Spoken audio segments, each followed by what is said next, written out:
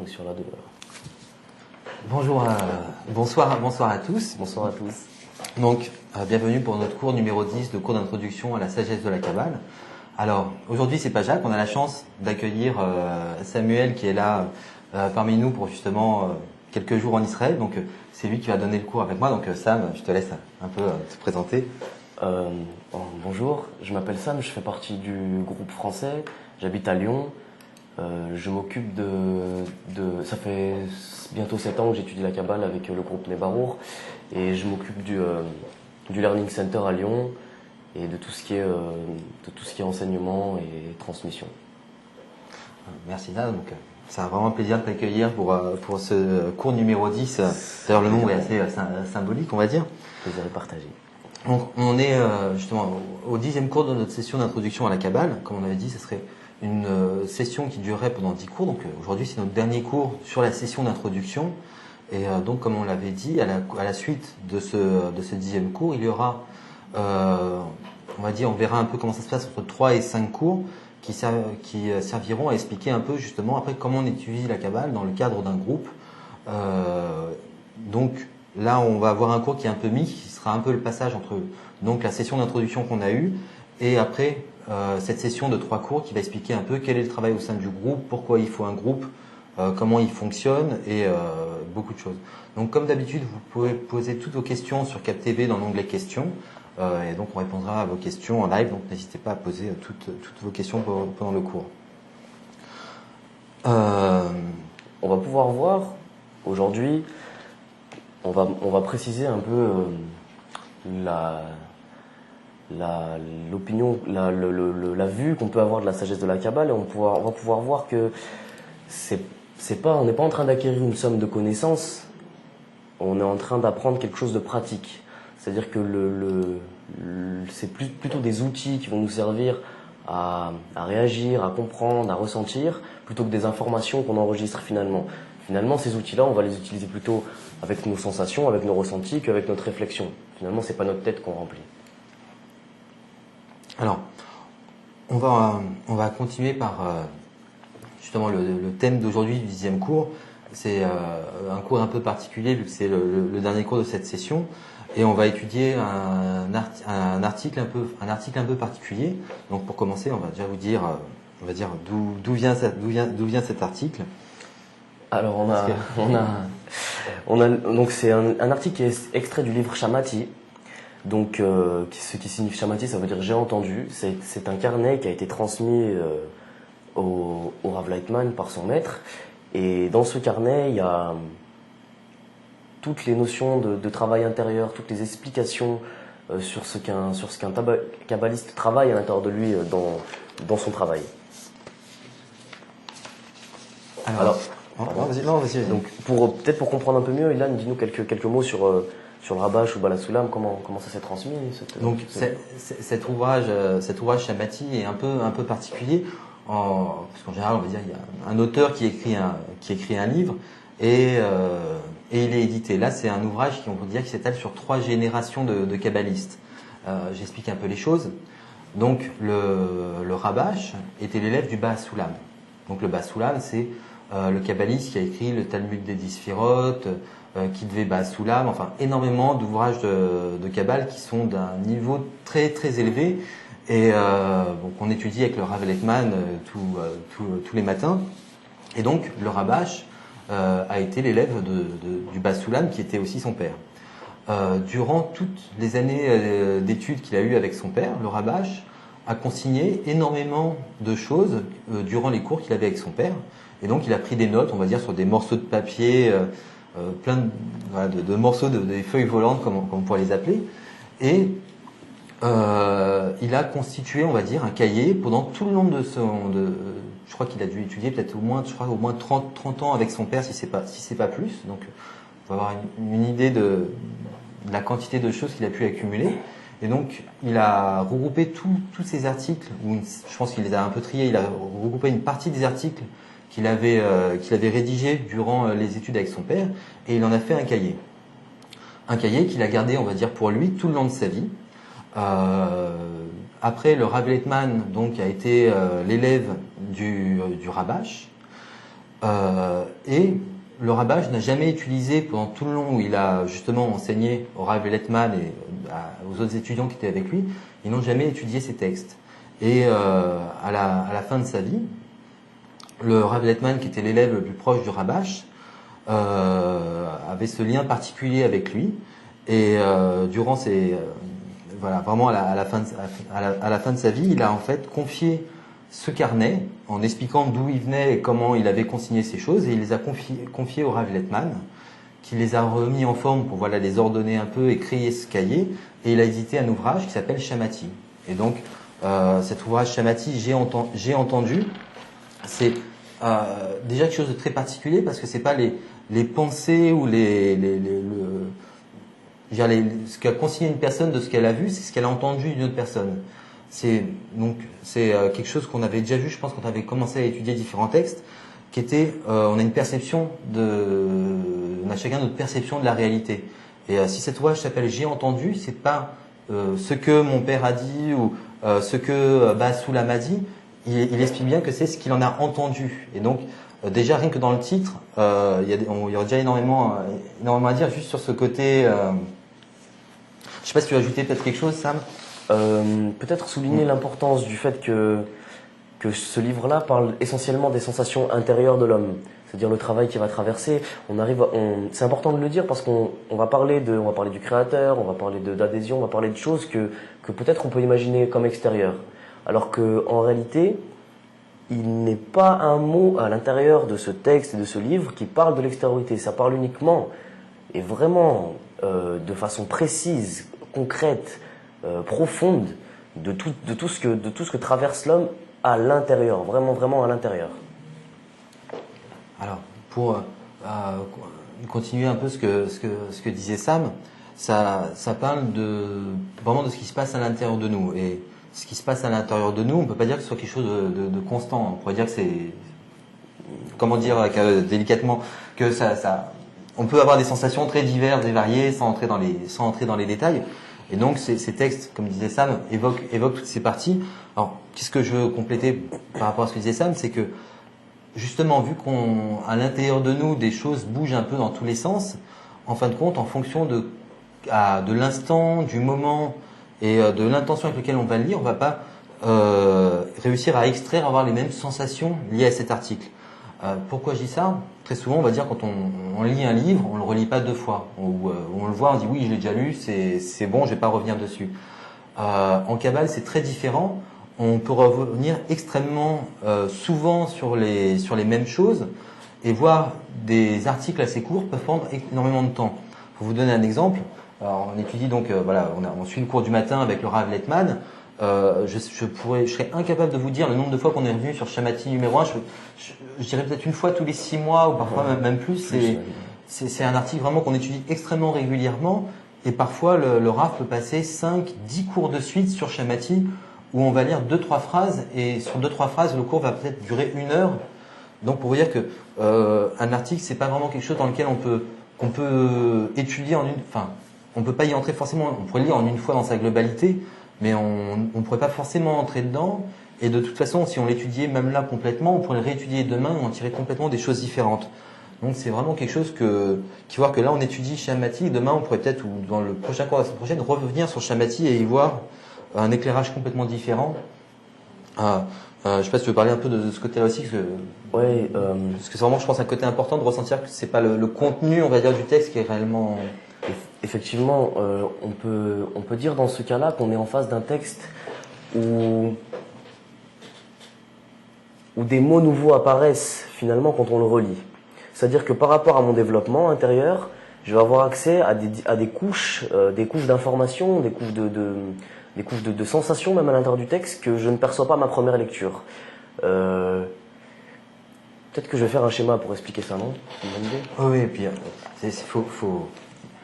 je pense que les gens qui nous regardent sont habitués, Jacques a beaucoup dessiné, donc ça va manquer au cours si jamais on n'a pas de schéma. Donc pour expliquer un petit peu, pour prendre une connaissance qu'on a tous en commun, le Créateur a créé en premier le désir de recevoir, ici, et il a créé à partir de lui sa lumière. Jusqu'ici, on a tous vu ça déjà, on peut tous comprendre. La lumière, elle ne change pas. Elle ne change jamais. La seule chose qui peut changer, c'est ici, les degrés différents qu'il y a dans le désir de recevoir. Un peu comme une rivière qui alimenterait une plante. C'est-à-dire que la rivière ne change pas finalement. C'est la plante, elle, qui va se développer et chercher de plus en plus d'informations différentes, de nourriture différente dans la terre et dans l'eau. Donc là, on a un texte qui lui dégage beaucoup de lumière. C'est-à-dire que à l'intérieur de ce texte-là, on a une source lumineuse que des kabbalistes nous ont transmis. Et ce qui se passe, c'est que quand on lit ce texte, le désir, petit à petit, perçoit de nouvelles couches en se développant. C'est-à-dire que c'est pas le texte exactement qui change. C'est-à-dire que le texte est tellement complet que le désir, en se développant, le découvre de plus en plus et découvre finalement, on peut dire des lettres entre les lettres et des mots entre les mots, voire même des idées ou des concepts entre les concepts. C'est à peu près ça, non ? Oui, c'est exactement cela. Alors, est-ce que... On va rajouter ou je continue Non, vas-y, le titre de l'article. Alors, l'ouvrage s'appelle Shamati et l'article qu'on va étudier est le premier article de ce livre. Donc, c'est ce qu'on appelle Shamati numéro 1, intitulé « Il n'y a rien hormis lui ». Alors déjà, le nom, on va dire, parle de lui-même, et à la fois, on va peut-être pas trop avancer dessus, vu qu'en fait, durant l'article, on va peut-être mieux comprendre ce que ça signifie. Juste, je vais rajouter un petit mot avant qu'on commence à lire. Je reviens sur le fait qu'on est à notre 10e leçon, que durant les 9 leçons précédentes, on a vu énormément de concepts, de lois et de règles que nous ont enseigné les kabbalistes par rapport à justement l'étude de la Kabbale et dans quelle direction elle doit fonctionner, comment cette science s'opère et comment on peut, entre guillemets, commencer à étudier avec. Donc, juste pour rappel, on a étudié ce qu'était la perception de la réalité, on a étudié ce qu'était le libre arbitre, comment le désir est né et que notre essence était le désir de recevoir. On a vu qu'il y avait le chemin de Torah, le chemin de souffrance. Enfin, on a étudié comme ça énormément de différents concepts.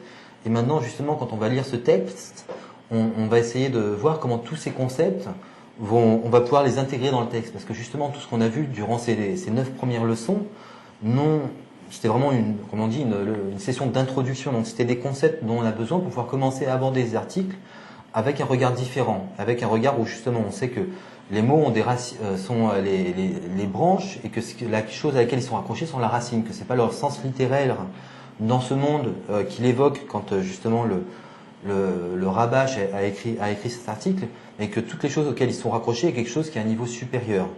Et donc il est extrêmement important d'essayer maintenant de raccrocher tout ce qu'on a vu durant ces 9 dernières leçons et de réussir à les intégrer au moment de la lecture de ce texte pour pas justement l'interpréter comme un texte qui parlerait de choses de ce monde ou qui parlerait d'une science qu'on pourrait appliquer de façon matérielle, à un niveau matériel. Je pense que tu dois certainement avoir peut-être un petit quelque chose à rajouter sur la façon dont on doit lire justement. Ce texte est très bien pour nous introduire une notion très importante. C'est la notion de groupe. On peut dire que c'est la notion la plus importante en Kabbale. Oui, c'est un des principes, on va dire. Un des principes fondamentaux vraiment de notre étude et de notre travail. C'est-à-dire qu'aucun texte ne va expliquer directement le rapport de l'homme directement avec le Créateur. C'est-à-dire qu'on explique finalement comment le Créateur se manifeste, comment l'homme le perçoit, mais il faut bien comprendre que ce travail-là n'est pas dissociable du travail avec le groupe. Alors, je m'explique un peu mieux. C'est que entre moi et le Créateur, finalement, je vais faire un dessin même. Entre moi et le Créateur, on peut voir donc le Créateur donc a créé et en bas la créature ici. D'accord. Et moi, comment je comprends, comment je fais ce chemin-là, comment je me lis finalement, comment je lis ce point-là et ce point-là. Est-ce que j'ai un lien direct? Et finalement, la Kabbale nous explique que non, je n'ai pas de lien direct. Ce qui se passe, c'est qu'ici, j'ai la Torah, j'ai les Sphirot, j'ai une Partsouf, tous les états dans lesquels parle la Kabbale, et tous ces états-là se manifestent à travers une seule chose, c'est le groupe. Peut-être que tu veux pas rajouter quelque chose là-dessus? Non, non, c'est... Est-ce que... donc, tout ceci se révèle à travers le groupe. Je dois me rappeler à chaque instant, à chaque moment, quand j'étudie, quand on me parle du Créateur, quand on parle de ce que je ressens du Créateur, que mon point de réalité, le point où je vais chercher le Créateur, le point où je vais chercher sa manifestation, c'est le groupe. Si je suis détaché de ça, je suis dans une sorte d'illusion que finalement je ne peux pas vérifier.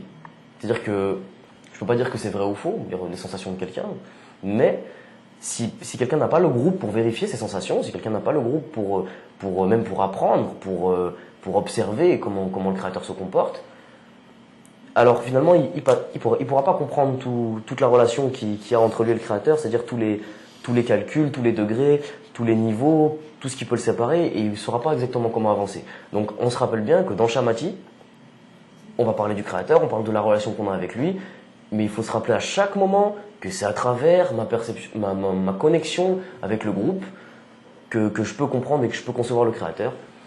C'est pour ça qu'on étudie en groupe, toujours. Donc on reverra, je pense, à différents moments de l'article ce concept justement de groupe qu'on évoque dans. Je pense que c'est il y a 2 cours où on a évoqué que en Kabbale, pour pouvoir étudier la Kabbale, il y avait 3 principes. Il fallait avoir un rave, des livres et un groupe. Et c'est à travers c'est pas une trilogie, c'est à travers ces trois concepts que l'on peut vraiment commencer à entrer dans la Kabbale et à l'aborder d'un niveau pratique. Comme on l'a vu, la Kabbale est une science pratique où on peut faire un peu expérimenter des choses, comme on va le faire à travers un laboratoire et faire des expériences. Et donc les 3 données principales pour avoir, on va dire, le laboratoire, le matériel et les produits, c'est le rave, le groupe et les livres.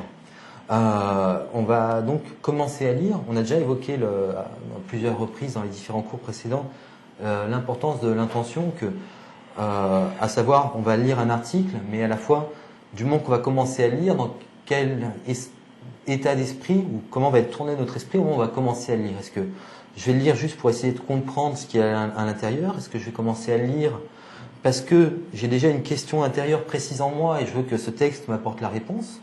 Est-ce que je vais le lire parce que je veux atteindre un but à un niveau supérieur? Tout ça, c'est, on va dire, on parle tout le temps de l'importance de l'intention, mais à la fois, quelle forme doit avoir cette intention?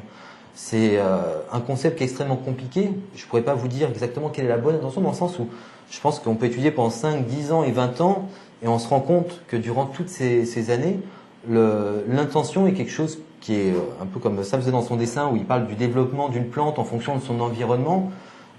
Exactement de la même façon, l'intention est quelque chose qui se développe et qui mûrit, qui grandit, qui peut-être même meurt, fait des graines et qui se reproduit encore et qui renaît sous une autre forme en permanence. Donc pour pouvoir vraiment essayer de ressentir et de tirer quelque chose de cet article, c'est extrêmement important déjà d'essayer de voir si on va le lire avec... je sais pas, tu veux peut-être rajouter, j'ai pas trop... je perds un peu de mots à ce niveau-là. C'est très bien, peut-être. Petit à petit, la sensation, le ressenti de cette intention se précise de plus en plus. Et l'image qu'on partage avec Ilan, là, de cette plante qui ferait des graines et se reproduirait, c'est un peu ça. C'est-à-dire que plus la sensation se fait précise, plus je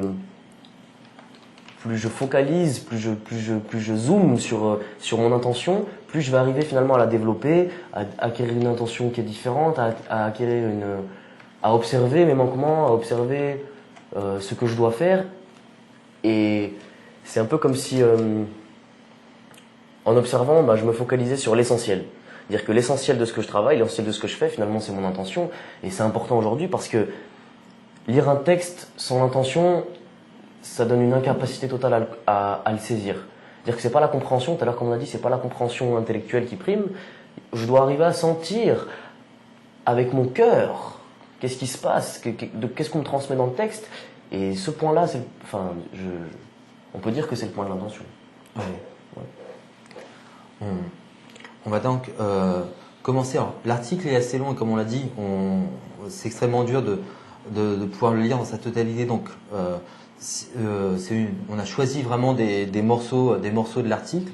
Donc, s'il y a des fois entre deux morceaux, si évidemment on n'arrive pas à forcément comprendre la connexion d'un morceau à l'autre, c'est pas extrêmement important. C'est plus pour qu'on puisse un peu ressentir cet article et la façon dont le Baha Soulam écrit et la façon dont il essaie de nous transmettre et de nous faire ressentir les choses. Ok, donc je vais commencer à lire le premier paragraphe. Il n'y a rien hormis lui. J'ai entendu Paracha Jitro 1, le 6 février 1944. Et il est écrit, il n'y a rien hormis lui, ce qui signifie qu'il n'existe aucune force au monde qui soit en mesure d'aller à l'encontre de la volonté du Créateur. Et si l'homme voit qu'il existe des choses en ce monde qui nient,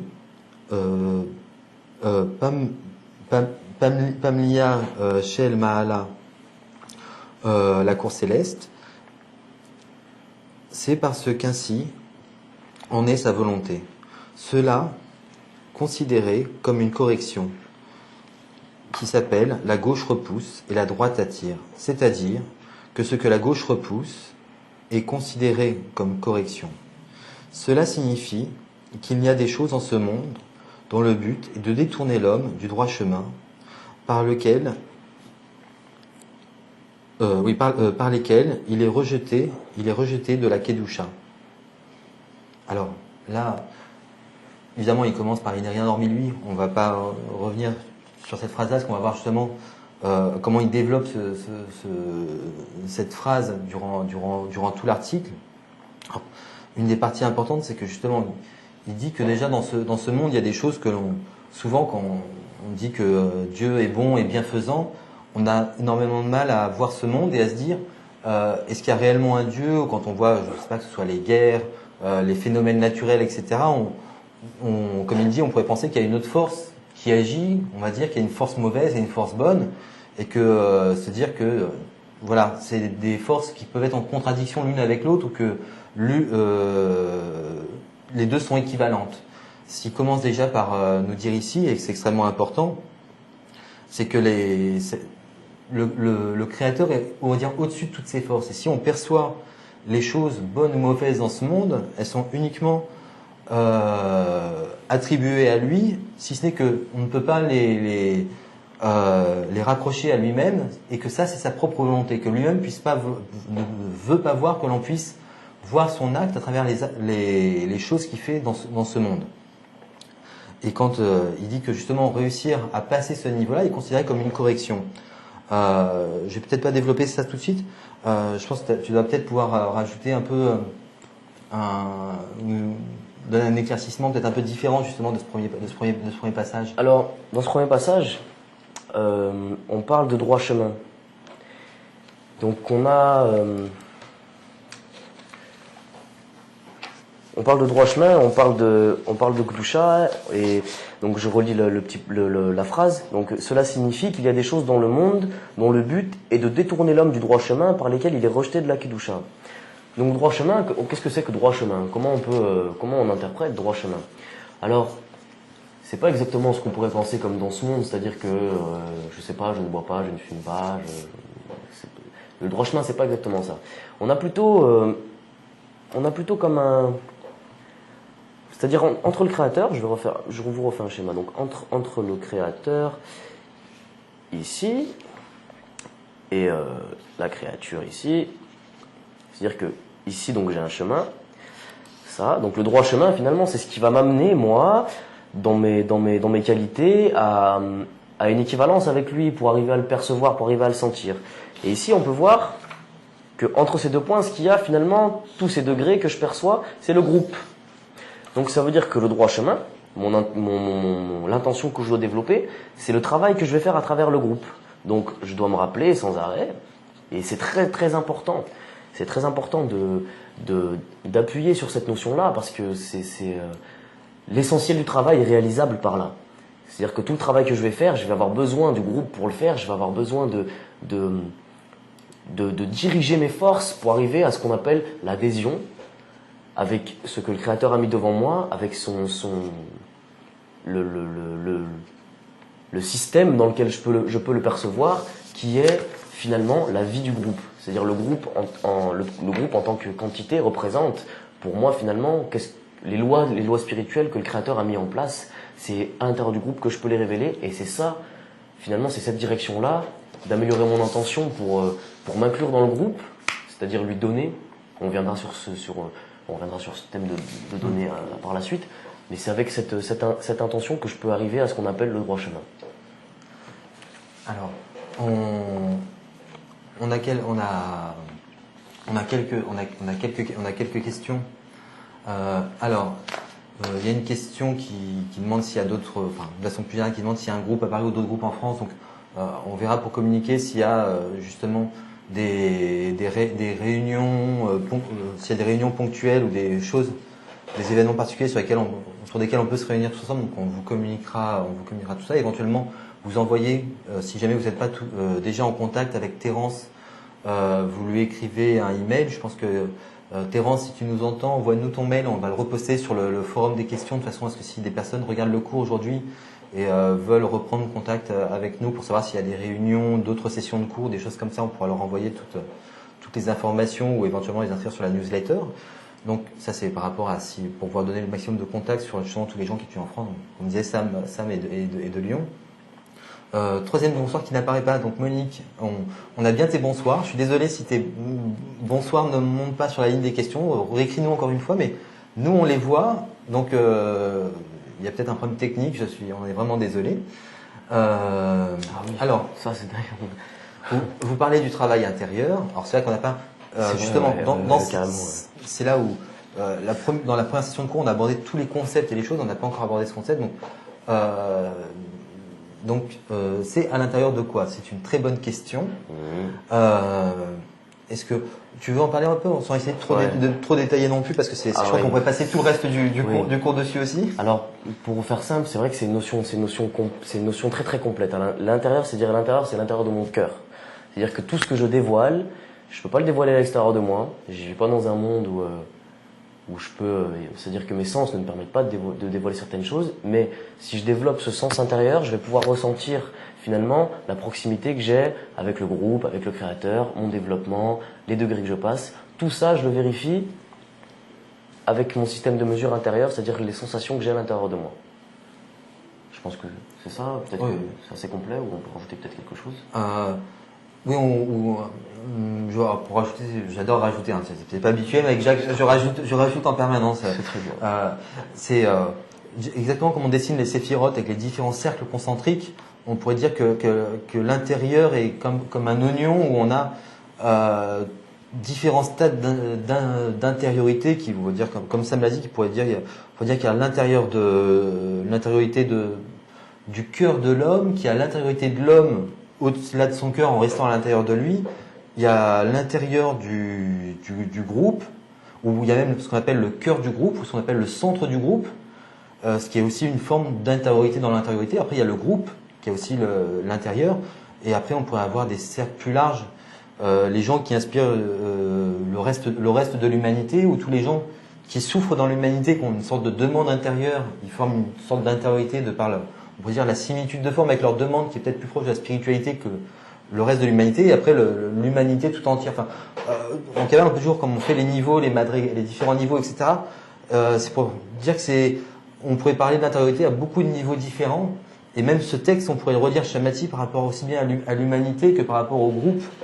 J'espère que ça répond à ta question. N'hésite pas à revenir dessus. On va essayer de continuer. Je vois qu'il est 30. On va essayer de faire plus de 2 paragraphes. Mais on va pas me dire, c'est important on va continuer sur toutes les questions avant de, juste on va lire s'il y a des questions, et après on va quand même continuer juste pour voir s'il y a des questions auxquelles on peut répondre tout de suite. Donc l'intériorité de l'homme, ça c'est bon. J'ai pu constater que cet article ne parle pas du tout du groupe de façon claire. Y a-t-il une raison? Ça, on y répond après le paragraphe suivant. Annie, bonsoir à tous. Christian, quel est le lien entre sainteté, correction et groupe? Alors, paragraphe suivant ou 3e paragraphe. Le droit chemin, donc, c'est le don. Oui. C'est un bon résumé, oui. On peut dire ça comme ça. C'est le don, si c'est qu'on verra qu'il n'est pas accessible aussi facilement et que ce qu'on appelle don est peut-être pas là le fait juste de donner matériellement ou même donner de l'amour dans ce monde. Après, il faudra voir ce qu'on appelle par don aussi. C'est une notion, on peut dire, plus complexe que ce qu'on imagine au premier abord. C'est-à-dire qu'on a tous imaginé qu'on donne, et dans la Kabbale, on apprend finalement que peut-être que donner, c'est un peu plus compliqué que ce qu'on croit et que l'intention est plus importante que ce qu'on imagine. On est la suite ? Oui, on va essayer de... Alors, donc, le bénéfice de ces rejets, c'est qu'à travers eux, l'homme reçoit un besoin et un désir authentique que le Créateur lui vienne en aide. Car, autrement, il voit qu'il est perdu. Non seulement il ne progresse pas dans le travail, mais il se voit régresser. C'est-à-dire que même en l'olishma, il n'a pas la force de pratiquer la Torah et les mitzvot. Ce n'est qu'en surmontant véritablement tous les obstacles au-dessus de la raison qu'il pourra observer la Torah et les mitzvot. Mais il n'a pas toujours la force de se lever au-dessus de la raison. Et il est alors contraint, Dieu préserve, de se détourner de la voie du Créateur, même en l'olishma. Alors, c'est extrêmement intéressant parce qu'en fait, les questions que vous ont évoquées, la première partie qu'on a lue, ce que ça a éveillé en vous, c'est vraiment ce que le texte a dans cette deuxième partie. C'est comme si là, je disais que c'est vraiment des textes particuliers. Après, je peux me tromper, c'est un ressenti, mais que le texte a éveillé des choses en vous qui, tout de suite, la deuxième partie y répond, alors qu'au final, on a parlé de groupes, de choses qui ne sont pas du tout dans le texte, comme vous disiez, de façon objective ou voilà, qui sont pas du tout de façon claire dans le texte. Au final, on va voir que toutes vos questions sont vraiment, on va dire, parfaites et que d'une façon toujours pas extrêmement claire, mais que c'est vraiment ça qui est à l'intérieur du texte. Alors, je sais pas si tu veux que je commence ou tu commences ou. Non, vas-y. Alors, donc je vais juste relire les questions maintenant. Je vais relire maintenant encore une fois les questions alors qu'on a lu l'article. Donc, en parlant du groupe, voilà, j'ai pu constater que cet article ne parlait pas du tout du groupe de façon claire. Y a-t-il une raison ? Quel est le lien entre la sainteté et la correction du groupe ? Le droit chemin est-il le don ? Alors, par rapport au groupe et par rapport au don et par rapport à la correction, donc il évoque justement dans cette deuxième partie que c'est-à-dire que l'homme, c'est-à-dire que même en l'olishma, il n'a pas de force de pratiquer la Torah et les mitzvot. Alors, la Torah et les mitzvot, donc c'est ce qui correspond, on va dire, au système qu'utilise la Kabbale ou que dévoile la Kabbale pour opérer les corrections. Comme on l'avait déjà vu, je pense, dans le cours numéro 7 ou 6, et le cours numéro 8, chemin de Torah et chemin de souffrance. Et donc le chemin de la Torah, c'est quoi ?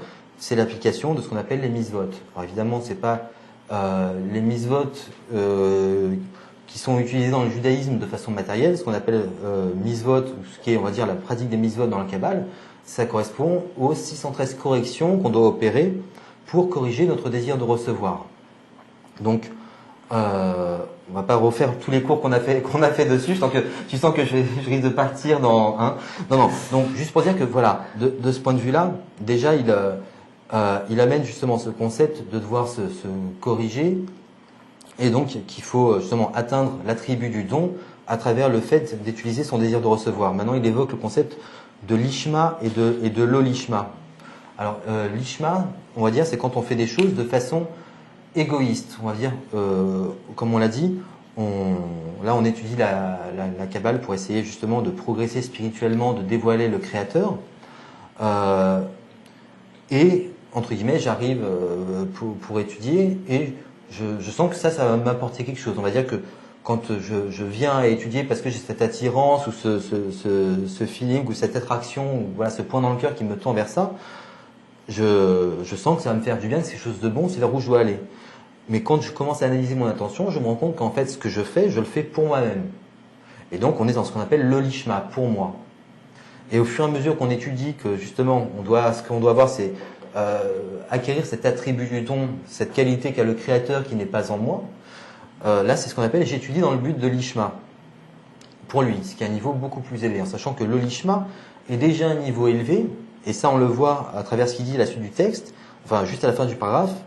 Il est alors contraint, Dieu nous préserve, de se détourner de la voie du Créateur, même le l'Ishma. Ça veut dire que on peut même pratiquer la Torah et les mitzvot à un niveau en dessous de l'Olishma. Qu'est-ce que ça signifie?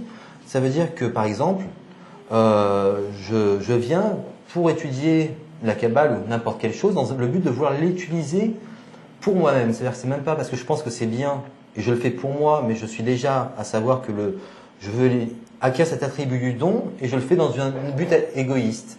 Mais ce que je veux acquérir, c'est quand même cet attribut du don. Donc je suis dans l'Olishma. Maintenant, si je viens pour étudier la Kabbale en disant je viens pour essayer est-ce que ça va m'apprendre à manipuler les gens, à manipuler mon prochain pour pouvoir tirer de lui, est-ce que je vais pouvoir manipuler ce monde pour pouvoir le rendre à l'image dont j'ai envie, pour en tirer le maximum de plaisir, dans ce cas-là, je suis vraiment à un niveau où je suis même pas à vouloir acquérir l'attribut du don, je veux juste utiliser la sagesse comme un outil. Et là, on dit qu'on peut donc pratiquer la Torah et les mitzvot, même dans un but en dessous de l'Ishma. Et il dit que même dans ce but-là, on peut arriver à un but encore plus bas que celui-ci. Et donc, je vais peut-être commencer à répondre à la question de justement pourquoi, en quoi ça évoque le groupe. Et donc, par la suite, justement, tous ces degrés qu'il faut franchir, d'étudier le don à la base. On vient toujours dans un but égoïste, donc on veut étudier cet attribut du don dans un but égoïste et on doit arriver à l'étudier dans un but altruiste. Alors, je lis la suite. Tu me coupes, Sam, si jamais tu veux intervenir, il y a des moments, tu n'hésites pas. Ce n'est qu'en surmontant véritablement tous les obstacles au-dessus de la raison. On avait vu, donc, Jacques avait déjà fait plusieurs fois le graphique au-dessus de la raison, au-dessous de la raison, dans la raison, qu'il pourra observer la Torah et les mitzvot, au-dessus de la raison. Alors, dans un autre texte qui est l'introduction, le don de la Torah, Matan Torah, justement, le Baal Sulam explique que la Torah ne peut pas être quelque chose, la condition principale dans la Torah est aime ton prochain comme toi-même. On dit que les 613 mitzvot sont conditionnés à l'intérieur de cette seule mitzvah, qui est aime ton prochain comme toi-même. Mais que cette mitzvah, en fait, on ne peut pas l'appliquer directement au monde entier. On ne peut pas dire « Ah, aime ton prochain comme toi-même et je vais sortir dans la rue, je vais donner mes vêtements, je vais donner mon argent et je vais juste finir comme un sans-abri sans qu'on me laisse la moindre chose. » Quoique, ça serait éventuellement une belle preuve de don, mais c'est pas le but dans lequel il faut pratiquer ces choses-là. C'est là où il dit que si la Torah n'a pas été donnée à Adam ou à Abraham, c'est parce qu'il ne pouvait pas, entre guillemets, appliquer cette condition parce qu'il faut qu'elle elle est applicable que quand on le fait au sein d'un groupe ou d'un peuple, par exemple, à un niveau un peu plus large. Et c'est pour ça que la Torah a été donnée au peuple d'Israël au moment de la sortie d'Égypte, enfin, après la sortie d'Égypte, parce qu'ils pouvaient la pratiquer à plusieurs, parce que pouvoir atteindre cette qualité de l'attribut du don, c'est quelque chose qu'on doit réaliser entre nous. Le dévoilement du Créateur, c'est quelque chose qu'on ne peut que dévoiler entre nous. Et donc, alors évidemment, quand on prend ces textes qui sont écrits avec un langage très différent, le langage de la Torah, etc., on n'évoque pas la notion de groupe. Après, là, ce qui est évoqué, c'est justement que pour réaliser cette condition de la Torah, c'est au sein d'un groupe. Alors, à la base, la Torah a été donnée à ce qu'on appelle Israël. Donc les gens, on va dire Israël, ceux qui veulent dévoiler le Créateur, Yachar Kel, vers le Créateur, vers Dieu. Et là, quand on étudie la Kabbale, c'est exactement ce que font les kabbalistes. Ils ont des élèves qui ont la même intention, le même désir qu'eux, et en faisant le même travail ensemble, on peut justement atteindre ces degrés de l'olishma et de l'ishma. Et donc, c'est là où le groupe n'est pas évoqué de façon, on va dire, directe dans ces textes. Après, il y a plein d'autres textes qui sont ceux justement qu'on va étudier à partir de la semaine prochaine, qui eux ne parlent que du groupe de façon extrêmement claire et très précise, et qui expliquent comment ce groupe doit fonctionner, par quelles règles il est régi, quel en est le but. Et à partir justement de la semaine prochaine, si on va justement entrer dans ces articles qui eux parlent vraiment que du groupe. Mais là justement, ce qu'il explique par là, c'est que pour réaliser toutes ces conditions, c'est pour ça qu'on parle du groupe, qu'elles ne sont pas réalisables juste en étant seul ou au sein de l'humanité d'une façon générale, dans le sens où on a besoin d'être entouré des gens qui ont le même but et la même intention pour pouvoir atteindre ces différents niveaux. Et quand il parle de la foi au-dessus de la raison, est-ce que je peux passer tout seul au-dessus de ma raison, ou c'est justement dans le cadre où je vais avoir un environnement correct, où mon environnement va aider à me dépasser, parce que passer au-dessus de la raison, c'est quelque chose de compliqué. Je vois que le temps, je parle beaucoup et le temps passe très vite. Est-ce que peut-être j'ai vu qu'il y avait une question qui est très pertinente. C'est alors Marie-Christine de près de Lyon. Bonjour Marie-Christine. Bonsoir à tous. Si on ne dévoile pas à l'extérieur, comment communiquer avec le groupe? Alors, on est dans un système de communication qui est vraiment différent de ce qu'on peut voir dans ce monde. C'est-à-dire que ce que je fais dans le groupe, c'est-à-dire quand j'étudie la Kabbale, ce que je fais dans le groupe, c'est que je fais évoluer, je fais changer mon désir. C'est-à-dire qu'en lui-même, le désir, pour évoluer, il n'a pas besoin de mots ou de communication comme on a l'habitude de le faire. Nous, on est habitué à communiquer finalement pour se remplir. C'est-à-dire que je prends des informations, j'en donne, je fais des échanges, des partages, et ce que je fais, c'est au niveau de ce monde-là. Dans la Kabbale, c'est quelque chose de très différent. Il y a eu par le passé des groupes qui faisaient des exercices même silencieux. Parce que finalement, ce qu'on doit arriver, c'est ressentir à l'intérieur de nous, sans spécialement communiquer avec des mots, mais ressentir avec, comme un sixième sens, le groupe et la présence du créateur et son comportement et son attitude. Alors, on pourrait se dire, mais si je communique pas, comment je vais clarifier ça? Comment ça va être clair? Eh bien, c'est une sensation qui se révèle avec une clarté, je vais reprendre les mots du Rav Letman l'autre fois, avec une clarté comme si j'étais dans ma voiture et qu'il y avait de la buée sur les vitres et que d'un coup j'effaçais la buée. C'est-à-dire que je peux pas avoir de doute vraiment quand la clarté se révèle. Et ce qui se passe, c'est que dans un groupe, quand on arrive à la clarté, on arrive à plusieurs à la clarté. C'est-à-dire qu'on peut, par la sensation, pas spécialement par les mots, pas spécialement par la communication externe, mais par quelque chose de beaucoup plus, je dirais, subtil, de spirituel, je peux arriver à vérifier finalement, est-ce que j'ai atteint un point de connexion? Est-ce que j'ai atteint un point de sensation qui est vrai? Est-ce que j'ai atteint, et finalement, est-ce que je me rapproche de la bonne intention et du don? Et pour ça, on peut voir que finalement, ce que je dois faire, c'est utiliser les désirs des gens, du groupe qui est avec moi. C'est-à-dire que je vais me connecter à ces gens-là, et finalement, j'ai pas besoin de discuter de beaucoup de choses avec eux, je discute avec eux de l'importance du créateur, de l'importance du groupe, de l'importance de ce qu'on fait. C'est-à-dire que j'essaie de faire grandir finalement ce désir-là de ce que je veux révéler. Et je veux le révéler entre nous. Alors, pas besoin de fioritures, de beaucoup de mots, etc. La communication est beaucoup plus intérieure finalement. Est-ce que tu peux rajouter quelque chose peut-être Non, je vois que le temps passe très très vite et on a des... Parce que je parle beaucoup, je crois. Mais on a des... non, surtout moi, on va continuer à répondre à quelques questions avant d'avancer. Je vais lire la question suivante. Le travail intérieur, est-ce que c'est de se transformer intérieurement? Est-ce que c'est se transformer intérieurement? Je vais commencer en essayant de faire court, tu compléteras si tu compléteras. Je ne sais pas vraiment ce que tu entends par se transformer intérieurement. On va dire, pour revenir à ce qu'on avait vu, je pense que c'est au cours numéro 2 ou 3, ce qu'on pourrait appeler une transformation intérieure, c'est plus, ce qu'on pourrait dire, c'est comme Sam l'avait fait au début dans le schéma où je crois qu'il évoquait, il dessinait le désir de recevoir ou le qui et la lumière.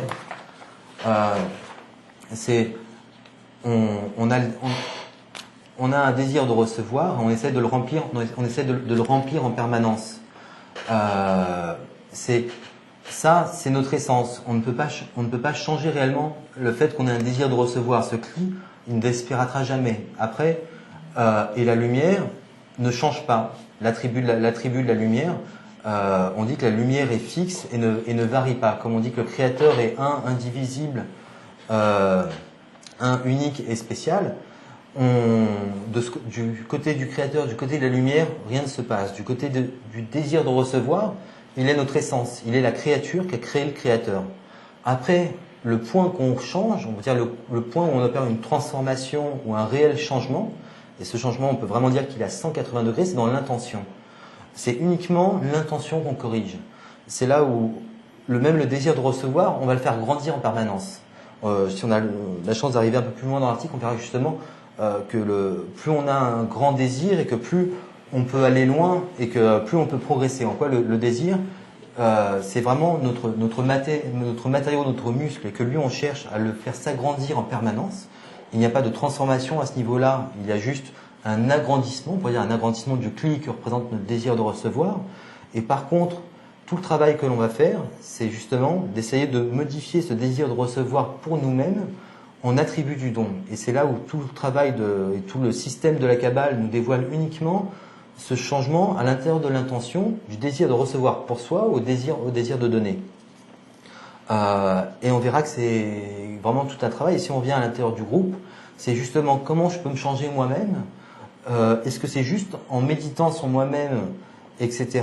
On pourrait le penser, mais c'est ce que nous enseignent les kabbalistes, c'est que par soi-même, on peut jamais, on va dire, s'extraire de nous-mêmes ou sortir de nous-mêmes, et que ce que, on va dire, à l'intérieur d'un groupe, qu'on peut commencer à faire ces changements, à commencer à faire ces expérimentations pour déjà voir quel est le désir de recevoir en nous, de quelle façon se manifeste notre intention, où elle se trouve, de quelle forme, quel matériau elle a, et après qu'on va pouvoir commencer, comme un matériau brut, à pouvoir lui donner une forme et de travailler avec. C'est vraiment la raison d'être du groupe, de ce laboratoire qu'est le groupe. Je ne sais pas si tu veux rajouter, je vois que tu regardes déjà des questions suivantes. Je ne sais pas si tu veux répondre à déjà une question suivante, compléter. Je pense à cette question-là. Donc, est-ce que c'est se transformer intérieurement? On peut dire qu'on fait que rajouter finalement. On rajoute des attributs, on rajoute de l'épaisseur, on rajoute de l'intensité, on rajoute finalement pour découvrir plus. C'est pas exactement qu'on transforme ce qu'on a, c'est-à-dire qu'on passe pas on peut pas transformer le désir, comme il a dit Ilan, on peut pas transformer ce désir-là. Le désir de recevoir, notre ego, notre réception, finalement, c'est notre moteur. C'est ça qui va faire qu'on va pouvoir goûter ce qu'on est en train de faire. Mais on rajoute au-dessus, on rajoute quelque chose qui est l'intention. C'est-à-dire que maintenant, je vais pouvoir travailler avec l'objectif de rajouter une intention quand je reçois, de donner. C'est-à-dire que je veux plus simplement me remplir le ventre, mais je fais attention, un peu comme dans l'exemple de l'hôte et de l'invité, à ce que la personne en face de moi est en train de m'envoyer. Et là, c'est-à-dire je reçois toujours finalement, mais mon intention, elle va commencer à changer par rapport à ce que je perçois qu'on me donne. Comment je perçois le donneur finalement? Est-ce que je reçois pour lui faire plaisir, ou est-ce que je reçois comme si je le volais? Ça peut être très différent. C'est-à-dire que c'est la même chose, mais je rajoute des qualités. Alors, je vais compléter un peu, peut-être en rajoutant une des questions, parce que bon, les questions se retrouvent vraiment autour d'un même centre. Quel est le sens du mot correction? Donc, je pense qu'on en a un peu parlé, que c'est l'intention en fait qu'on corrige. Pour compléter un peu ce que tu disais par rapport à la transformation, c'est quelque chose qui est peut-être un peu dur à percevoir ou à ressentir, qui est le fait que quand on change un élément en nous, c'est tout le monde autour de nous qui est changé. On peut dire qu'il paraît changé. J'aime pas le mot qui paraît changé, parce qu'au final, il n'y a rien d'autre que notre perception, parce que c'est tout ce qu'on a pour juger ce qui est réellement le monde. C'est ce qu'on a vu un peu quand on a fait justement la perception de la réalité. Du coup, si on change une de nos qualités, qui en plus, on va dire notre qualité principale, qui est le fait de vouloir recevoir pour soi-même, la totalité de notre perception du monde change en même temps. Du coup, cette transformation intérieure, en fin de compte, c'est une transformation intérieure, mais toute la perception de ce qui est vu à l'extérieur change en même temps. Mais pas je change, j'ai envie de voir ce qui est à l'extérieur différemment ou changer. C'est j'opère un changement à l'intérieur de moi, et on va dire la conséquence, c'est que déjà l'extériorité commence à changer. Mais je n'essaie pas de changer l'extériorité pour vouloir changer l'extériorité. En Kabbale, tout se passe intérieurement, à un niveau justement supérieur à l'intérieur de nous, dans notre perception, et à des niveaux bien plus élevés. Et on va dire après, il y a des choses extérieures peuvent changer, mais ce n'est jamais l'extériorité qu'on change, ou le fait de changer l'emballage d'une boîte ne change jamais ce qu'il y a à l'intérieur d'une boîte. C'est un peu... Oui, c'est vrai. C'est très vrai. Alors, quel est le sens du mot correction en Kabbale? Je pense qu'on a apporté une réponse. Donc, si jamais les réponses sont un peu confuses, vous ne voyez pas complètement le rapport entre la réponse et la question, n'hésitez pas à ou reformuler la question ou reposer la question, comme d'habitude. Je ne comprends pas le lien entre Torah, Mitzvot et groupe. Ça, c'est une question qu'on m'a posée assez souvent en fait. Et en fait, ce qui se passe, c'est que comment je peux découvrir finalement, ce qu'est une mitzvah, comment je peux découvrir ce qu'est la Torah, si je n'ai pas le groupe. C'est-à-dire que j'ai aucun moyen, mais aucun moyen, zéro, aucun moyen d'appliquer la Torah et les mitzvot si je n'ai pas un groupe pour observer ça. C'est-à-dire que ce qui va me permettre de mesurer mes actions, c'est le feedback que je ressens à travers ce que je fais pour le groupe. Alors, la question d'après, c'est pourquoi mon groupe, c'est pas 7 milliards d'humains? Le problème, c'est que sur 7 milliards d'humains, on n'est pas tous dans la même intention. Alors, effectivement, en finalité, le groupe devient les 7 milliards d'humains. Mais avant de pouvoir avoir, je dirais, pas la prétention, mais avant d'avoir la capacité, finalement, de ressentir les 7 milliards d'humains comme étant mon groupe, c'est-à-dire d'arriver à les aimer comme mon prochain, je dois comme grandir. C'est-à-dire qu'un enfant, quand on lui apprend à marcher, on ne le met pas tout de suite dans la rue, on ne lui fait pas traverser la route, alors que pourtant c'est là où il devra marcher plus tard. C'est un peu la même chose. C'est-à-dire que dans la Kabbale, on apprend d'abord à travers le groupe à reconnaître ce qui se passe, à comprendre ce qui se passe, à voir les forces qui agissent, les mouvements, les endroits qu'on partage entre nous, les sphiras, là où on traverse. Et une fois que ça devient clair, après, effectivement, les 7 milliards d'humains sont aussi clairs. Mais dans l'autre sens, c'est beaucoup plus difficile parce que dans la Kabbale, ce qui se passe, c'est que je suis avec des gens, dans le groupe dans lequel je suis, qui ont le même désir que moi. Qu'est-ce que ça veut dire? Ça veut dire que moi, tout seul, mon désir n'a pas la force suffisante pour me créer le lien avec le Créateur. Mon désir est pas spécialement stable, il n'a pas une intensité éternelle, sachant que le Créateur a créé un plaisir infini, ça correspond à un désir infini. C'est-à-dire que pour avoir ce désir infini, finalement, il va falloir que je me colle aux autres, que je me colle à la fin, en finalité, aux 7 milliards d'humains. Mais au début, pour que moi, je puisse avoir suffisamment de désir et de révélation à l'intérieur de moi pour pouvoir travailler dans le bon sens, finalement, il faut que je me mette avec des gens qui ont le même désir que moi, qui font le même travail. Et c'est pas avec ma force exactement que je vais travailler, mais c'est avec l'accumulation de nos forces. C'est-à-dire qu'ensemble, si on a un désir commun, si on arrive à ce qu'on appelle une prière commune, c'est-à-dire on arrive à partager le même manque, alors dans ce manque-là, avec ces gens-là, je vais pouvoir observer une révélation du Créateur. Petit à petit, une révélation de plus en plus évoluée. Et à ce moment-là, je pourrais passer aux 7 milliards d'humains. Je pense que ça répond aux deux questions. J'ai complété un peu pour donner un éclairage complètement pas différent, mais je vais faire un dessin parce que je fais jamais de dessin et pour une fois que c'est pas Jacques, je vais voler la place. Avec plaisir. Bon, et aussi par rapport à ce que Sam disait justement que le développement de l'humanité, que tous les humains sont pas forcément prêts. Quand vous voyez les développements des désirs humains sont exactement répartis, comme on a vu les différents niveaux minéral, végétal, parlant, spirituel. Bon, et après, c'est racine, mais pour arriver au niveau supérieur. Et on pourrait dire que, comme on le disait, on peut travailler qu'avec des gens qui inspirent à la même chose. Même si évidemment, tous ces gens d'un côté, ils sont mon groupe, on va dire un groupe général qui est l'humanité, qui correspond à la totalité des désirs, la totalité des désirs n'est à l'intérieur des gens. Alors ça, je vais compléter cette pyramide par une autre pyramide qui était, on est sur 6000 ans. On avait vu que durant ces 6000 ans, on avait différents désirs qui s'étaient développés, qui étaient les désirs, on va dire, animal, qui étaient famille, sexe, maison, etc. Après, on a les désirs d'argent, de pouvoir et de connaissance. Et donc, on a ce développement qui se fait durant 6000 ans sur la totalité de l'humanité, donc la totalité des âmes, si c'est qui se fait de façon graduelle. Ça veut dire que quand on arrive ici, on va dire, on est en 2013 maintenant. En 2013, la totalité des âmes a cette répartition que une grande majorité est à un certain niveau ici, que c'est toujours pyramidal. C'est jamais la totalité des âmes est uniquement dans ce niveau-là. Et donc, même si la totalité de l'humanité représente le groupe, au final, nous, on peut travailler pour faire ce travail de dévoiler le Créateur. Pour dévoiler le Créateur, il faut travailler avec des gens qui ont la même inspiration. On va dire, je vais dans un club de tricot et je leur dis, maintenant, on va dévoiler le Créateur. Ils vont dire, c'est un nouveau pull, c'est un nouveau pas de tricot, qu'est-ce qu'on va...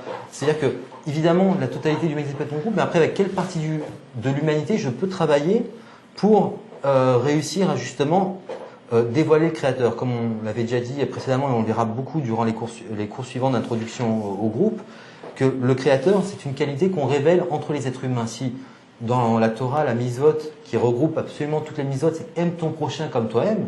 C'est pas aime ton Dieu, c'est pas fais du plaisir à ton Dieu, c'est pas prie tous les jours pour ton Dieu.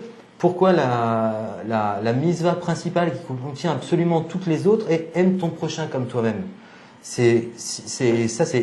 Quasiment tous les kabbalistes en parlent et ont écrit dessus parce que justement c'est quelque chose qui est extrêmement dur à comprendre. Qu'en fin de compte, comme on l'a vu à l'avant-dernier cours, on passe à dévoiler le créateur ou à l'amour du créateur uniquement par l'amour des créatures. Et donc, pour pouvoir faire ce travail, il se fait aime ton prochain comme toi-même, donc à travers d'autres êtres humains. Maintenant, je ne peux pas travailler avec 7 milliards de personnes parce que la salle qu'on a pour le cours n'est pas assez grande. Donc, du coup, on travaille avec uniquement... rigole pas. Non, mais c'est vrai, j'aime bien l'image. En fait. Donc, on travaille avec la partie avec laquelle on peut travailler. Même si on verra que aussi, comme on l'a vu précédemment, qu'il n'y a pas de temps, qu'il n'y a pas d'espace, et donc qu'il n'y a pas de problème de place en réalité dans l'humanité. Mais c'est vraiment ça qui justifie le fait qu'on est obligé de faire avec les gens qui ont la même inspiration, parce qu'on verra qu'avec eux, on peut faire un travail particulier. On peut arriver à se dépasser, arriver à un niveau supérieur ensemble, grâce à un lien qu'on va développer entre nous. Et c'est la correction qui est écrite dans la Torah et les mitzvot. J'espère que ça... on a passé vraiment de temps, mais je pense que c'est vraiment quelque chose d'extrêmement important de comprendre que la totalité de l'humanité, comme on voit, je pense que quand vous verrez tout le groupe des étudiants mondiaux, il y a des gens de toute culture, de toute religion, de tout niveau social, et même, je pense que vous pouvez voir autour de vous, à travers la même famille, avec vos frères, vos sœurs ou vos parents, alors que vous pouvez avoir une aspiration spécifique, eux ne peuvent pas du tout la comprendre. C'est là où il y a vraiment des choses qui sont au-delà uniquement, on va dire, du code génétique ou du fait d'être juste un être humain, et qu'il y a des désirs. Les désirs sont pas pareils d'une personne à une autre, et que avec des personnes avec qui on partage un même désir, on peut vraiment faire un travail différent qu'avec les autres. Et c'est ça après qu'on va voir que quand on met tous ces gens-là au sein d'un groupe, ils peuvent opérer une expérience qui est très différente que celle qu'on ne pourra jamais réaliser avec des gens qui n'ont pas cette inspiration. Tout à fait. Merci de... Mettre face à face, une force négative. Alors, je lis.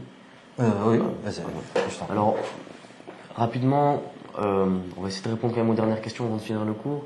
Mettre face à face une force négative et une positive, c'est les rendre neutres. Est-ce là la base qui permet ensuite d'ajouter on peut dire que ça fait partie du travail, mais que c'est, on va dire, il y a beaucoup d'étapes, beaucoup de discernement et de sensations. C'est-à-dire qu'on ne peut pas mettre exactement face à face une force positive et négative parce que ça fait pas ça, ça fait ça. Tout le temps, sans arrêt, sans arrêt. Et en fait, ce qu'on va voir, c'est qu'entre cette force positive et négative, il y a quelque chose qui est entre les deux finalement, et que c'est ça qu'on veut viser. C'est-à-dire que c'est cette force qui est entre la positive et la négative qu'on va arriver. Mais après ça, on va dire, il faudra clarifier cette notion de positif et de négatif aussi. On arrive à la fin du cours. Enfin, je vous propose d'envoyer vos questions sur. C'est quoi, c'est le groupe Facebook? Il y a Terence nous a posté l'adresse, donc vous pouvez écrire sur, je crois, le mail est dans la ligne d'info, je suis désolé, voilà, centre d'études @kabbalah.info. Donc si vous avez des questions par rapport justement à la suite des cours ou quelles qu'elles soient, vous les envoyez sur ce mail. On est très heureux d'avoir fait ce cours avec vous, donc on vous dit à la semaine prochaine. Jacques nous aura rejoint et puis Sam sera retourné sur Lyon. Donc merci beaucoup Sam. À la semaine prochaine. Au revoir.